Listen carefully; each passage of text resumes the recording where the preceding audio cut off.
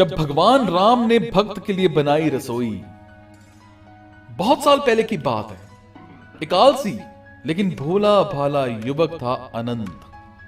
दिन भर कोई काम नहीं करता था, बस खाता ही रहता और सोए रहता। घर वालों ने कहा, चलो जाओ, निकलो घर से, कोई काम धाम करते नहीं हो, बस पड़े रहते हो। वो घर से निकलकर यूं ही भटकते हुए एक आश्रम पहुंचा और वहां उसने देखा कि एक गुरुजी हैं, उनके शिष्य कोई काम नहीं करते, बस मंदिर की पूजा करते हैं। उसने मन में सोचा, ये बढ़िया है, कोई काम धाम नहीं, बस पूजा ही तो करना है। अब गुरुजी के पास जाकर के पूछा, क्या मैं यहां रह सकता हूं गुरुजी? तो गुरुजी बोले, हाँ क्यों नहीं, लेकिन मैं कोई काम नहीं कर सकता हूं।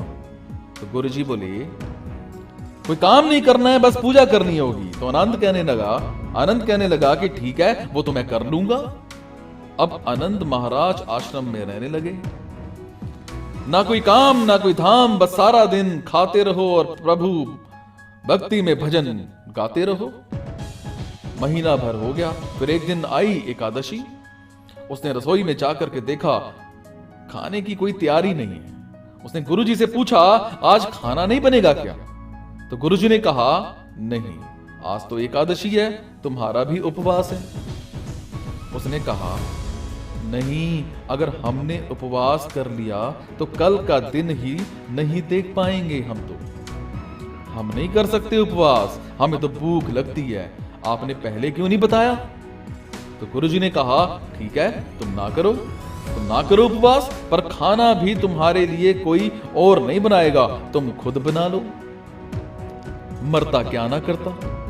गया रसोई में, गुरुजी फिर आए, देखो अगर तुम खाना बना लो तो राम जी को भोग जरूर लगा लेना और नदी के उस पार जाकर के बना लो रसोई। ठीक है। लकड़ी, आटा, तेल, घी, सब्जी ये सब लेकर के आनंद महाराज चले गए। जैसा तैसा खाना भी बनाया। खाने लगा तो याद आया गुरुजी ने कहा था कि राम जी को भोग लगाना है। लगा भजन गाने, आओ मेरे राम जी भोग लगाओ जी, प्रभु राम आइए, श्री राम आइए, मेरे भोजन का भोग लगाइए। कोई ना आया तो बेचैन हो गया कि यहां तो भूख लग रही है और राम जी आ ही नहीं रहे।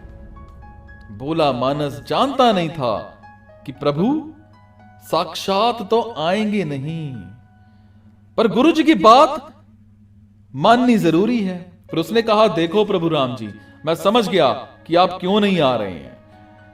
मैंने रूखा सूखा बनाया है और आपको तरमाल खाने की आदत है, इसीलिए नहीं आ रहे हैं।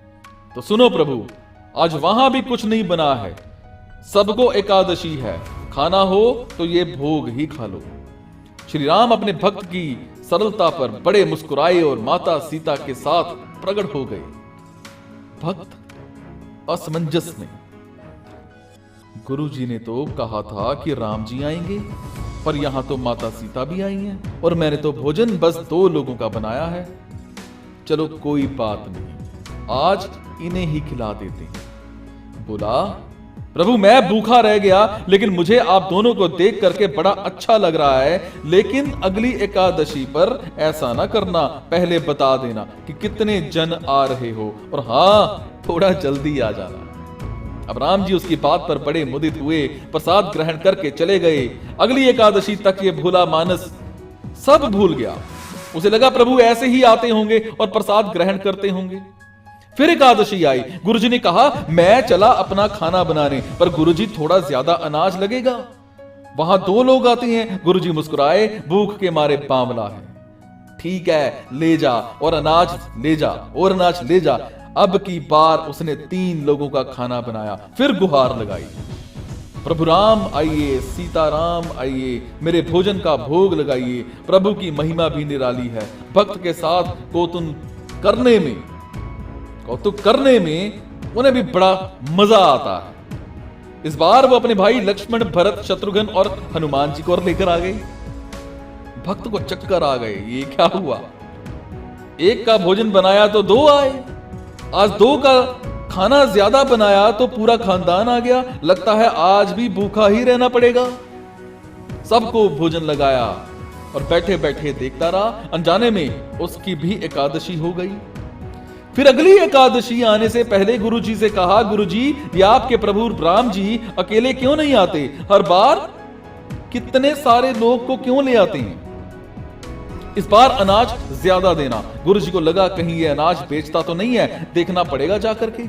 भंडार में कहा इसे जितना अनाज चाहिए दे दो और छुपकर उसे देखने चल पड़े।